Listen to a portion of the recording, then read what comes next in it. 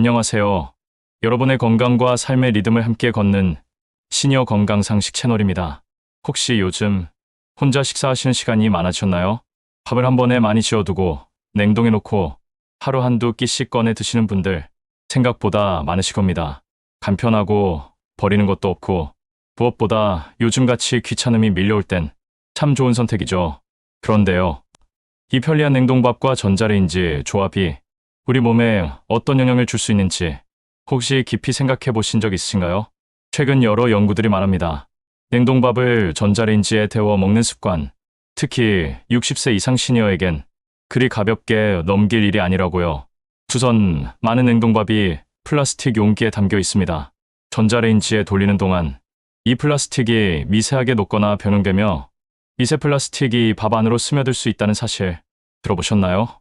이 작은 플라스틱 조각들은 눈에 보이지 않지만 몸속에 들어와 혈관을 타고 돌고 간, 신장, 심장 같은 주요 장기에 조용히 쌓입니다. 세계보건기구와 여러 연구기관은 이 미세 플라스틱이 염증, 혈압 상승, 심지어 뇌 건강에도 악영향을 줄 수 있다고 경고합니다. 특히 나이가 들수록 우리 몸의 해독 기능이 점점 약해지기 때문에 이런 작은 독소 하나하나가 훨씬 더 치명적일 수 있어요. 그렇다면 냉동밥을 완전히 끊어야 할까요? 아니요. 중요한 건 어떻게 조리하고 어떻게 보관하느냐입니다. 전자레인지는 도구일 뿐입니다. 위험하냐 안전하냐는 우리가 쓰는 방식에 달려 있습니다. 첫 번째, 플라스틱 용기에 그대로 돌리지 마세요. 전자레인지 전용이 아닌 배달 도시락, 얇은 랩, 일반 냉동 용기, 이런 것들은 고온에서 화학물질이 녹아나올 위험이 큽니다. 유리용기나 도자기 그릇에 옮겨 담고 뚜껑은 살짝 열어주세요. 이것만으로도 훨씬 안전합니다. 두 번째, 충분히 가열하세요. 전자레인지는 음식을 골고루 익히지 못합니다. 겉만 뜨겁고 속은 차가운 경우 식중독균이 살아있을 수 있어요. 특히 고기 들어간 냉동밥은 75도 이상 충분히 가열해야 균이 완전히 죽습니다. 세 번째, 밥에 영양을 더하세요. 냉동밥만 덩그러니 먹으면 혈당이 급격히 오르고 포만감도 오래하지 않죠. 들기름 한 스푼, 나물, 두부, 구운 김, 이런 것들을 살짝 곁들이면 맛도 좋아지고 혈관 건강에도 도움이 됩니다. 버섯을 전자레인지에 23분 돌려서 간장이나 들기름에 묻혀 드시면 항산화 효과도 커지고 입맛도 살아나요.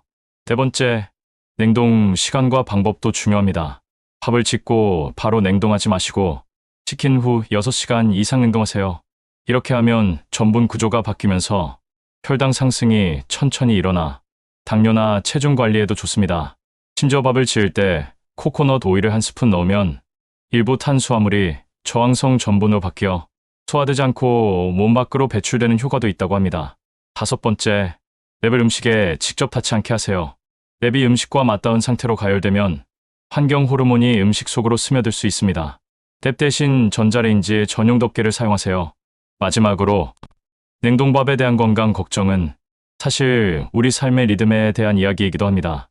혼자 식사하는 시간이 많아지고 요리하기 귀찮고 그저 빨리 한 끼 해결하고 싶을 때 냉동밥은 참 든든한 친구가 되죠. 하지만 그 편리함 속에 내 몸이 조용히 보내는 신호가 있다면 가끔은 귀 기울여 보아야 하지 않을까요? 건강은 거창한 변화에서 오지 않습니다. 작은 습관 하나, 한 끼를 대하는 태도 하나가 우리 몸을 지켜주는 가장 강력한 도구입니다. 오늘 아침 냉동밥을 꺼내셨다면 이제는 한 번 더 생각해보세요. 이 밥 어떻게 먹어야 내 몸이 더 좋아할까? 여러분의 식탁이 오늘도 따뜻하고 안전하고 건강하길 바랍니다. 혹시 오늘 글들이 마음에 와닿았다면 구독과 좋아요 눌러주세요. 그 작은 클릭 하나가 저에게는 큰 응원이 됩니다.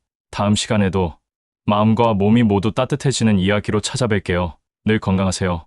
감사합니다.